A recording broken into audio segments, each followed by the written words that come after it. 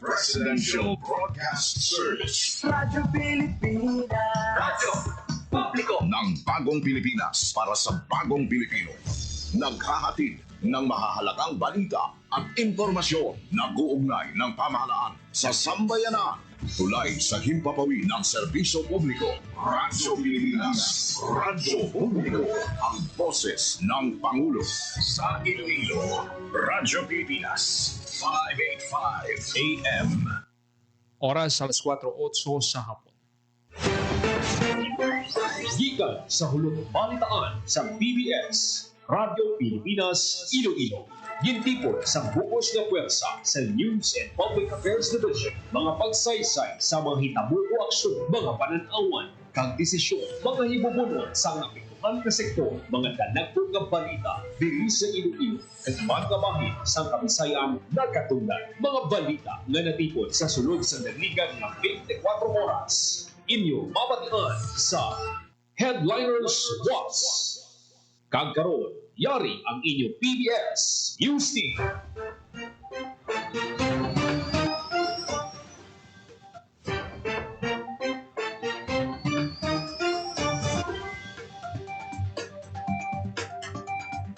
Mayong hapon, ini ang Headliners Watch, Miyerkules, Hulyo 23, tuig 2025.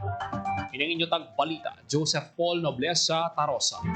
Kagkaroon sa mga Pangulong dinalan. Klase kag trabaho sa gobyerno sa Antique kag Iloilo magapabilin nga suspendido sa Huwebes. Biyahe sa eroplano sa Panay kag Bacolod sining Hulyo 23 kanselado.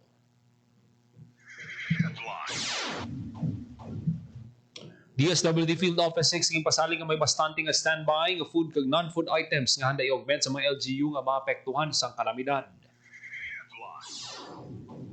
Mayor Raisa Treñas gin pangunahang sinapol kaupo ng CDRR mogod handaan ang posible epekto sang Bagyo Dante. Kagaron sa detalye na sa aton mga balita. Pilipinas. Radyo Pilipinas News. Gin-anunsyo sa Department of Interior and Local Government nga suspendido ang klase sa tanan nga level sa Antique, Iloilo kag pila pa ka probinsya sa pungsod sa Huwebes. Magluwas diri suspendido man ang trabaho sa mga opisina sa gobyerno, magluwas na lang sa mga essential personnel kaya sa mga responders kag mga kabahin sang emergency services. Radyo Pilipinas. Radyo Pilipinas News. Biyahe sa eroplano sa Panay kag Bacolod sining Hulyo 23 kanselado. Detalye sang balita sa report ni Hope Torrechante. Radyo Pilipinas. Radyo Pilipinas Report. Bacolod City ang pila ka biyahe sa eroplano sa Panay kag Bacolod City ang kanselado sa buong Miyerkules, July 23 tungod sa padayon nga pag-ulan, lagnagol nga pagbaha kag sa posible epekto sa Bagyong Dante sa flight operations. Ginanunsyo sa Cebu Pacific ang kanselasyon sa 5J901 Manila Katiklan, 5J902 Katiklan Manila, 5J455 Manila Iloilo, 5J456 Iloilo Manila, 5J473 Manila Bacolod, 5J474 Bacolod Manila, 5J373 Manila Rojas, 5J374 Rojas Manila. Ang mga pasahero sila maka-coordinate sa pamunuan sa Cebu Pacific para sa rebooking o refund. Samtang gipangabay naman sa Department of Tourism Western Visayas ang tanan ng mga turista sa Panay, Guimaras kag Negros nga regular nga i-monitor ang lakat sang panahon kag magpakig-angot sa mga tourism offices, hotel, resort, airline, ferry kag land transportation companies para kawan ang aberya. Para sa Bagong Pilipinas, Hope Torrechante, Radyo Pilipinas, Radyo Publiko. Radyo Pilipinas. Radyo Pilipinas News. DSWD Field Office 6 gin pasaling nga may bastante nga standby nga food kag non-food items nga anday augment sa mga LGU nga maapektuhan sang kalamidad. Detalye sa balita sa report ni Marian Grace Erenieta. Radyo Pilipinas. Radyo Pilipinas Report. Nagpasalig ang Department of Social Welfare and Development Field Office 6 nga miahas ang bastante nga supply ang regional office sa family food packs kag non-food items nga handa i-augment sa mga lokal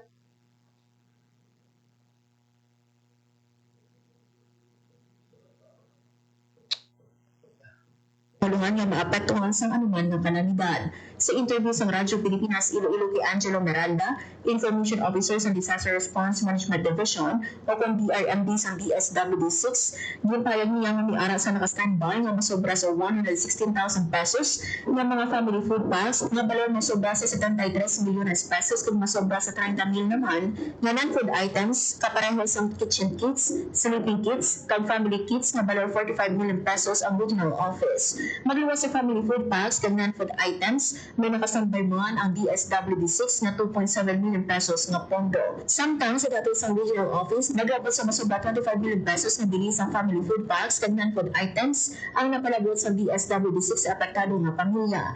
Gimpayag ni Miranda nga halin sa naka-eksperyensya sa epekto sa habagat ang Western Visayas kag enhance ang Baguio Precinct, naglabot sa masobra 86,000 ka pamilya gikan sa mga probinsya sa Iloilo, Aklan, Antique, Capiz kag Negros Occidental ang naapektuhan. Sa karon may 232 pa ka pamilya ang yara sa sulod sa Baytinoafe ka Open Evacuation Center kag 154 ka pamilya ang nagatinir sa ilahimata o kung kakilala. Sa DSWD6, there's a leadership sa atong OIC Regional Director si Ligan G.S. Denver. Nag-agin siya sa mandato sa atong ahensya in the first half of disaster response management division.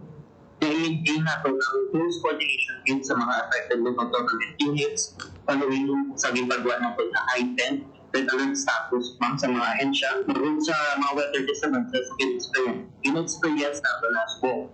So ito ang atong municipal kag provincial prepared response teams as our counterpart sa region, ipa-activate nato mga as part of our mandate to monitor ang situation sa ilang areas and mag-respond sa mga ginabaan na mga lugar. Kag of course, importante nga mag-aata kita sa provision natin sa assistance pinaagit sa atong family food packs ng food items. Para sa Bagong Pilipinas, Marian Grace Aranyata, Radyo Pilipinas, Radyo Publiko.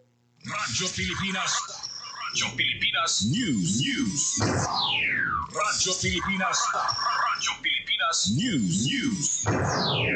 Mayor Raisa Treñas ginpangunahan ang Sinapol kaupo ng CDRRM ogod handaan ang posible epekto sang Bagyo Dante. Detalye sa balita sa report ni Janelle Paclay. Radyo Pilipinas. Radyo Pilipinas Report. Nagpatawag sa meeting si Iloilo City Mayor Raisa Treñas kaupo ng CDRRM o kag ibang pang ahensya sa gobyerno agud handaan ang posible epekto sa Bagyo Dante sa syudad sa Iloilo. Ginapangabay sa alkalde sa Pumuluyo ang maghalo subong nga malain ang tiyempo.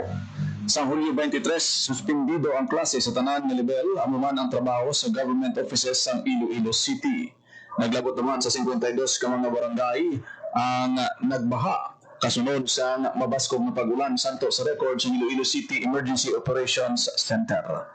Para sa Bagong Pilipinas, General Bacla, Radyo Pilipinas, Radyo Publiko. Radyo Pilipinas. Radyo Pilipinas News. Sa ibang panaton nga balita, 72 ka barangay sa syudad sa Iloilo gintumod nga high risk sa baha, mga barangay nga high risk sa storm surge. Yara sa 25 detalye sa balita sa report ni Marian Grace Erenieta. Radyo Pilipinas. Radyo Pilipinas Report. Nagpaglas ang listahan sa mga barangay sa syudad sa Iloilo ang Iloilo City Government nga high risk sa baha kag storm surge. May 72 ka barangay sa syudad ang high risk sa pagbaha.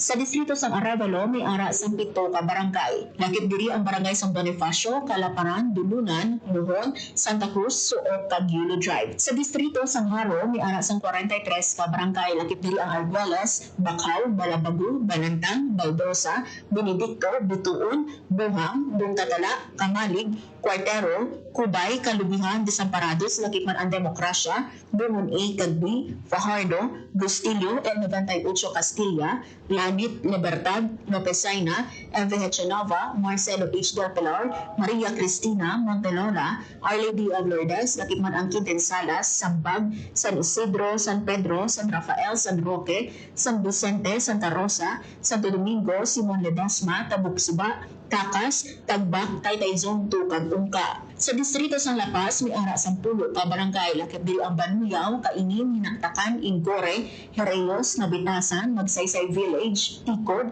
San Isidro, kag Tabuksuba. Sa Lapus, may duha ang mga barangay sa Lapus Norte, kag Mansaya. Sa Mandurriao, may ara 7 ang Bulilaw, Buhang Taf North, Kalahunan, Dulunsi, PHHSC Block 17, PHHSC Block 22 kag ang Tabukan. Sa distrito naman sang Molo, may ara sang 3 ang Habog-Habog Salvacion, Molo Boulevard kag Basta Habog-Habog. Samtang may ara naman sa 25 ka barangay nga high risk sa storm surge. Sa 25 ka barangay, 3 ang gikan sa Arevalo. Lakip diri ang Kalaparan, Santo Niño Norte kag Santo Niño Sur. Sa distrito sang City proper, may ara sang Ulot, ang Concepcion Montes, Baybay Tansa, General Yuch, Maria Clara, Ortiz, Rizal Palapala 2, Rina Rizal, Rizal Estanzuela, Santo Rosario Duran, kag Veterans Village. Sa distrito sang Haron, may ara sang Duha. Ang barangay sang Balabago kag Bitoon, sa Lapas may Duha, ang Hinaktakan kag Ingkore. Sa distrito sang Lapus, may ara sang 4 ang Barrio Obrero, Lapos Norte, Lobo kag Mansaya, kag sa distrito sang Molo, may ara sang 4 ang barangay sang Kalumpang, Molo Boulevard, San Juan kag South Baluarte. Ang listahan sa mga barangay nga high risk sa baha kag storm surge ang sandig sa giniwat nga pagtuon sa Climate and Disaster Risk Assessment o konsidera sang 2020. Para sa Bagong Pilipinas, Marie Grace Seranyata, Radyo Pilipinas, Radyo Publiko. Radyo Pilipinas. Radyo Pilipinas News. Nakita na isa sa 2 ka missing nga mga isda sa probinsya sa Guimaras. Sa ginpatay nga search and rescue operations sa kita ng lawas ni Vincent Paul Valles sa tungasang Inampulugan kag Natunga Islands. Nagkapadayon naman ang pagpangita sa Provincial Disaster Risk Reduction and Management Office WASAR team sa isa pa ka missing nga si Ryan Galfo. Ginpasiguro naman sa provincial government nga obrahon ng tanan agud makita si Galfo pinagi sa interagency coordination kag suporta sang pumuluyo. Sa pagka-recover sang bangkay ni Valles, komitido ang gobyerno provincial nga maghahatag sila sang bulig pinansyal sa nalisdan nga pamilya. Radyo Pilipinas. Radyo Pilipinas News. Sa iban pa naton nga balita, nakabaton sang family food packs kag ilimnon nga tubig ang mga pamilya sa Banwa sang Barbasa kag Kulasi sa Antique nga naapektuhan sang naglabay nga bagyo Krising. 200 family food packs kag 75 ka botelya sang tubig ang ginpanagtag sa DSWD sa Barbasa samtang sa Kulasi naman 300 ka family food packs kag 300 bottled water ang nahatag.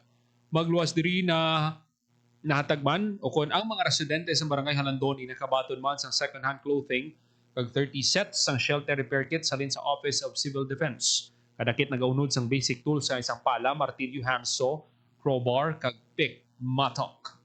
Radyo Pilipinas. Radyo Pilipinas News. The PHO nagiwat sang medical kag dental mission sa estansya masobre sa kagatos nag-avail sang mga serbisyo. Detalye sang balita sa report ni Marian Grace Erenieta. Radyo Pilipinas. Radyo Pilipinas. Report. Radyo Pilipinas. Radyo Pilipinas. Report. Nagiwat sang medical kag dental mission ang Iloilo Provincial Health Office sa munisipalidad sa estansya. Siling karunlan giniwat ang medical kag dental mission sa Baray Paon, estansya. Naglabot sa masobra sa kagatos ka pumuluyang nagparehistro kag maka-avail sang medical consultations, advocacy sessions nga nakafocus sa waterborne influenza, leptospirosis, kag dengue diseases prevention, first aid, kag application sang fluoride varnish. Tinutuyo sa medical kag dental mission nga ipasanyog ang pamatasan sa pag-atipan sang hipon kag maamligan ang ikaayong lawas sa mga pumuluyo sang barangay Paon. Ang kaiwatan sang kolaborasyon sang Iloilo PHO, SK Council sa Barangay Paon kay Estancia Rural Health Unit. Radyo Pilipinas. Radyo Pilipinas News. Hinahanda na sa Department of Agriculture Negros Island Region ang mga bulig nga mahimo mapalabot sa mga mangunguma sa Negros Occidental nga naapektuhan sa malawig nga pag-ulan nga dala sang habagat. Sunod kay DANIR Regional Executive Director Engineer Jose Albert Barogo lakip sa mga ginanda karon sang ahensya pinagi sa Philippine Crop Insurance Corporation ang paghatag sang indemnification sa mga insured nga mangunguma kag mangingisda. Nagpakigangot man si Barogo sa PhilRice para sa pagpanagtag sang binhi sa mga rice farmers sagud makaingagaw sa pagtanom. Sandig sa inisyal nga datos nagdangan sa 44.4 milyon nga balor sang kalitan ang ginbilin sang habagat sa sektor sang agrikultura sa probinsya sa nasamit nga kantidad 28.5 milyon nga balor sa kalitan na nabalhag sa rice, 12.1 milyon sa corn, 2.88 milyon sa high value crops, at 2.6 milyon sa livestock. Radyo Pilipinas. Radyo Pilipinas News. Nagpalabot sang 15 kasako sang certified inbred seeds ang Department of Agriculture Western Visayas sa Barbasa, Antique. Ang bulig kabahin sa inisyal nga suporta sa ahensya sa mga mangunguma sang Barbasa nga ginbaha ang kaumhan bangod sa malawig nga ulan nga dala sang habagat. Ang paghatag sang bulig ginpangunahan mismo ni DA Western Visayas Field Operations Division Chief kag Regional Rice Program Coordinator Ryan Rasgo. Kadungan sang pagpanagtag iya nga ginapangabay ang mga benepisyaryo nga itanom gilayon ang binhi nga ilan na baton gamit ang mga teknolohiya kag mga makinarya kaangay sang mechanized sower kag transplanter. Nagalawon si Rasgo nga sa pagbinuligay sa mga mangunguma kag mga local agriculture office malabot sa gihapon sang Antique ang mataas nga panubason ang pisar sang kalitan nga dala sang habagat. Samtang duga nga 200 ka sako sang kasubong nga binhi ang natala ng ipanagtag sang ahensya sa Barbasa sa masunod nga mga inadlaw. Tuman naman ang pagpasalamat ni Barbasa Municipal Agriculturist Juan Manuel Marquez sa madasing aksyon sang DA nga dako nga bulig para sa pag-recover sa 9.55 ka hektarya sang talamnan nga nabahaan. Ginpanugyan naman sa DA Western Visayas sa iban pa nga mangunguma gilayon man nga mag-report sa ila kahalitan sa ilatag sa ka-agriculture extension workers agon madasing nga matagad solusyon ang ila mga problema. Radyo Pilipinas. Radyo Pilipinas News. Na-rescue sa mga residente ang isa ka pawikan nga nagalutaw-lutaw sa baybayin sang Lawigan, San Joaquin, Iloilo. Ang pawikan nga na-rescue sa ka green sea turtle nga nagabugat sang 14 kilos. Maluya na kag mapilason ang pawikan gani sa bulig sa mga katapos ang banwa kag barangay gindalang pawikan sa safe deck sa banwa sang Tigbawa nagon mabulong kag matatapan. Radyo Pilipinas. Radyo Pilipinas News. Nagkabaton sang bulig ang 708 ka pumuloy sa probinsya sa Guimaras salin sa tulong panghanap buhay para sa ating disadvantaged displaced workers program sa Department of Labor and Employment. Ang masobra 700 ka residente ang nagikan sa mga banwa sang Buena Vista, San Lorenzo, kag Jordan. Sa tupad program sang Dole, ang mga benepisyaryo nag-ubra sang pulo kadlaw kag nagbaton sang 5,130 pesos.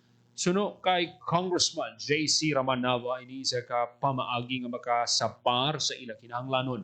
Naglaom sinaba nga bisan sa gamay lang nakabulig man ang gobyerno ang nasabi nga programa sang Dole inahatag sa mga displaced workers kag pigado nga mga pumuluyo. Radyo Pilipinas. Radyo Pilipinas News. Sa pag-arangkada sang benteng bigas meron na program sa probinsya sang Guimaras masobra 1,000 nga residente sa banwa sang Cebu na Guimaras ang nakabakal sang barato nga bugas. Ang distribusyon sa bugas ang ginpangunahan ng Governor Maria Lucille Nava, Congressman J.C. Raman Nava, Provincial Agriculturist Alvin Nava kag Mayor Lubin Vilches sa balor nga 200 pesos pulo ka kilo nga bugas ang nabakal sa mga residente. Target sang lokal nga pangluhan na masustenir ang programa para makabulig sa mga residente na makabakal sang barato nga bugas. Ang benteng bigas meron na program sa Guimaras pagsuporta sa programa ni Presidente Ferdinand Marcos Jr. na masigurong food security ka mangin affordable ang bugas para sa pamilyang Pilipino. Radyo Pilipinas. Radyo Pilipinas News. Pasig City magatukod sa center para sa kabataan nga may special needs. Detalye sang balita sa report ni Marian Grace Ernieta. Radyo Pilipinas. Magatukod ang lokal nga panguluhan sa Center para sa Kabataan na may Special Needs. Higapahamtang ang Center for Special Children Main sa Pasig City Hall Complex kag may pagatukuron man ng mga satellite center sa mga barangay sa Mula-Pula, Santo Tomas, Manit, Malagit kag Salngan.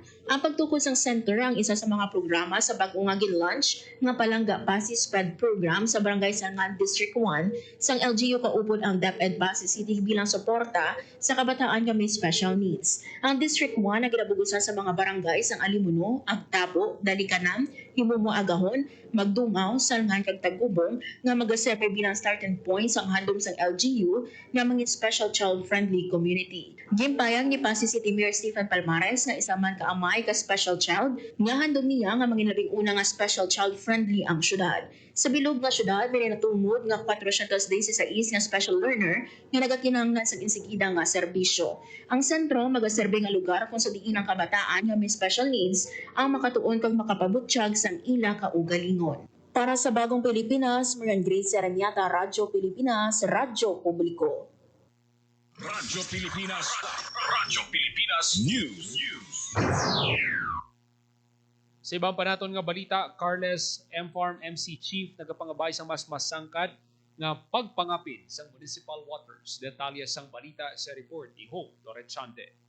Radyo Pilipinas. Radyo Pilipinas. Report. Para sa HEPE San Carles Municipal Fisheries and Aquatic Resources Management Council, ang yabi para sa sustainable kag mas secure nga buwas damlag para sa mga fisher folk amo ang isa ka urgent goal, ang masangkad nga pagpangapin sa municipal waters ukon ang baybayon sakop sang banwa. Ginpahayag ni Reynilda Partida, MFARMC chairperson, nga ang padayon nga ayuyu ukon illegal, unreported and unregulated fishing practices sa lugar ang nagapabilin nga dako nga pamahog sa fish stock sa kadagatan.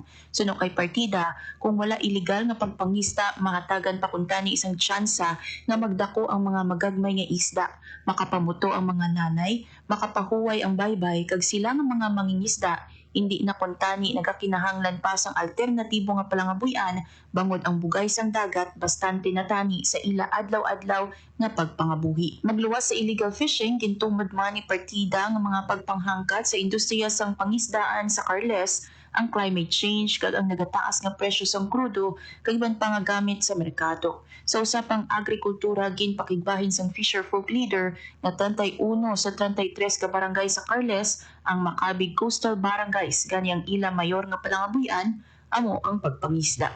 Para sa Bagong Pilipinas, Hope Torichante, Radyo Pilipinas, Radyo Publiko. Radyo Pilipinas. Radyo Pilipinas News. Gintumod ni Carles Municipal Fisheries and Aquatic Resources Management Council chairperson ang pila ka prioridad sa ila konseho sa pagpangapin sang dunang manggat sang banwa. Suno kay Mrs. Reynilda Partida, prioridad nilang pagpasiguro sang 15-kilometer radius sang municipal waters batok sa commercial fishing operation, pag-asikaso sa mga kinahanglanon sa mga fisher folk, kag ang pagpaganhagan sang illegal nga pagpangisda sa baybayon sang Carles.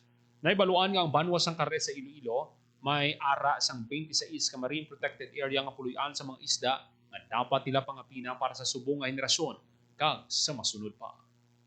Radyo Pilipinas. Radyo Pilipinas News. Swimming lessons ang PDRRMO Antique sining 2025 nagsugod na. Detalye sang balita sa report ni Hope Torichante. Radyo Pilipinas. Radyo Pilipinas. Report. Nagsugod na ang libre nga basic swimming lesson para sini nga tuig 2025 sa Antique Provincial Disaster Risk Reduction and Management Office. Ang free swimming lesson ginbuylugan sa mga kababainhan, mga nanay, estudyante kag mga mamumugon. Kada session 30 ka participant ang gina-accommodate. Katuyuan sa aktibidad nga tudloan ng mga pumuluyo sa paglangoy nga isa ka life-saving skill agud makalikaw sa pagkalumos. Santo naman ang free swimming lesson sa Antique PDRRMO sa pagdumdum sa World Drowning Prevention Day kag National Disaster Resilience Month. Magdalawig tubtob July 25 ang lihok. Para sa Bagong Pilipinas, Hope Torichante, Radyo Pilipinas, Radyo Publiko. Radyo Pilipinas. Radyo Pilipinas News.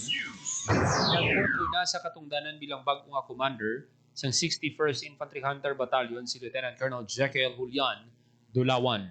Sa giniwat nga turnover of command, gintalusan ni Dulawan si Lieutenant Colonel Arturo Balgos Jr. Presiding officer sa kayuwatan amo si Major General Michael G. Samson, commander sa 3rd Infantry Spearhead Division. Sa mensahe, Kintaganit talupangod ni Samson ang importansya nga mapadayo ng mga nalabot sang unit sa kampanya kontra insurhensya. Ibangon ang pagtutok sa mandato nga proteksyonan ng pumuluyo, commitment sa militar para sa kalinong kag katawhayan.